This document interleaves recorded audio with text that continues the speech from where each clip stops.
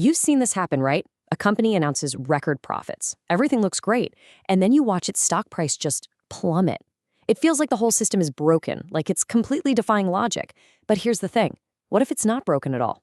What if it's running on a totally different set of rules we don't normally see? An invisible engine that's powered by something much, much bigger than just good news. Okay, let's get into it.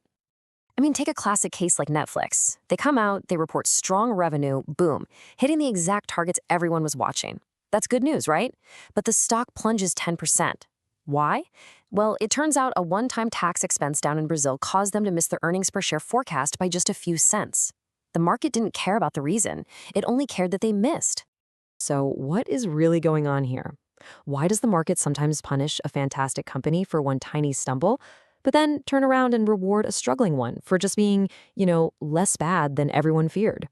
The answer isn't buried in the balance sheets. It's in the space between what we expect to happen and what actually does. And that space, well, it has a name. It's called the expectation gap. And this is the real engine driving stock prices in the short term. You see, the market doesn't just reward good performance. It rewards performance that's better than expected. You've got to understand, a stock's price isn't just a number on a screen. It's the physical embodiment of the market's collective belief. It's a forecast for the future, written out in dollars and cents. So, the expectation gap, that's the chasm between that priced-in belief and the hard, cold reality of what a company actually delivers. And this whole process plays out like a 4-act drama, except it happens in microseconds.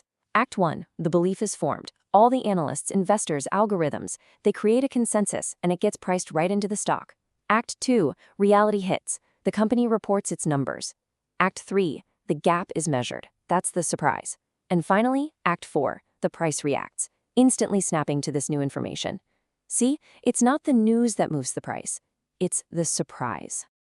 Okay, but if this is all just a numbers game, why are the reactions so emotional, so volatile? That's because this isn't just a story about numbers. It's a story about human psychology.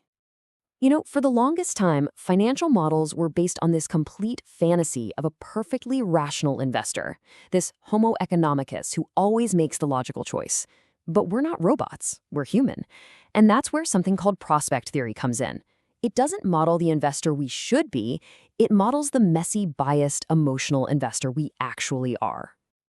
And right at the heart of this theory is a profound human truth that you've probably felt in your gut. We hate losing way more than we love winning.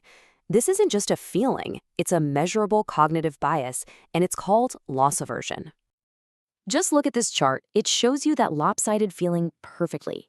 The emotional kick you get from gaining $1,000, it's real. But now look at the bar for losing that same $1,000. The emotional pain is more than double. That is loss aversion in action. And it's exactly why a negative surprise in the market triggers a reaction that is so much more violent and oversized than an equally positive one. Our collective fear is just a much, much stronger force than our collective greed. All right, so if a stock price is really just this messy, collective human belief, how on earth do you measure that? I mean, how do you quantify what millions of irrational people are thinking all at once? Well, it turns out there's a pretty powerful tool designed to do just that. The old school way of doing this is a discounted cash flow, or a DCF. Basically, you try to predict a company's future cash flows for decades out to figure out what it's worth today. The problem? It forces you to make dozens of subjective guesses about growth, about margins, about the entire economy. You're trying to predict reality, but your whole model is built on a foundation of sand. And this table here shows the shift in thinking. A traditional DCF tries to forecast the future to build a model of reality, but a reverse DCF that starts with the current stock price and audits the belief that's already baked inside of it. The whole focus shifts from forecasting to checking for credibility. Instead of asking, is my prediction right, you're asking, is the market's belief even achievable? The reverse DCF flips the whole problem on its head. It takes the current stock price as the starting point, and it works backward to figure out one thing. What growth rate does the market believe will happen to justify this price? It turns an analyst's job from being a fortune teller into being a detective, asking one simple, powerful question.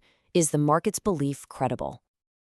And once you start seeing the market through this lens, that age-old battle between value and growth investing, it looks completely different. It stops being about cheap versus expensive. It becomes a battlefield of expectations.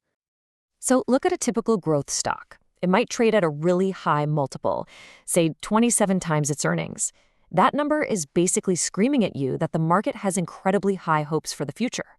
But then you look at a value stock, and it's trading at a much lower multiple, maybe 14 times earnings.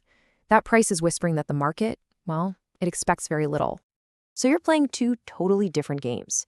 The growth investor is betting that a great company can keep clearing a bar of expectations that just gets higher and higher.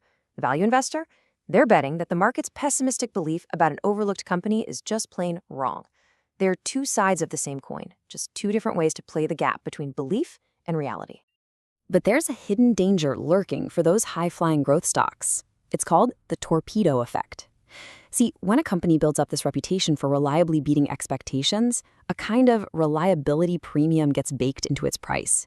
But the moment that streak finally breaks, the punishment is brutal. The crash is far worse than for a normal company because the market instantly vaporizes that entire premium that was built on broken trust. So at the end of the day, the market is so much more than just a place to make money. It's this vast global machine for processing belief. It's the arena where our collective imagination about the future collides with the unyielding force of reality. And so we arrive at the core insight, the real heart of it all. A stock price is not just a number. It is the distillation of every hope, every fear, and every forecast from millions of human minds, all compressed into a single data point. And the expectation gap, that unseen engine of the market, is simply the measurable and often brutal distance between that collective dream and the unyielding truth. Which leaves us with one final, kind of unsettling question. If the market's violent swings are just the echoes of our own flawed psychology, the closing of gaps between what we believe and what is real, then what does all that volatility truly reveal? Not about our portfolios, but about ourselves.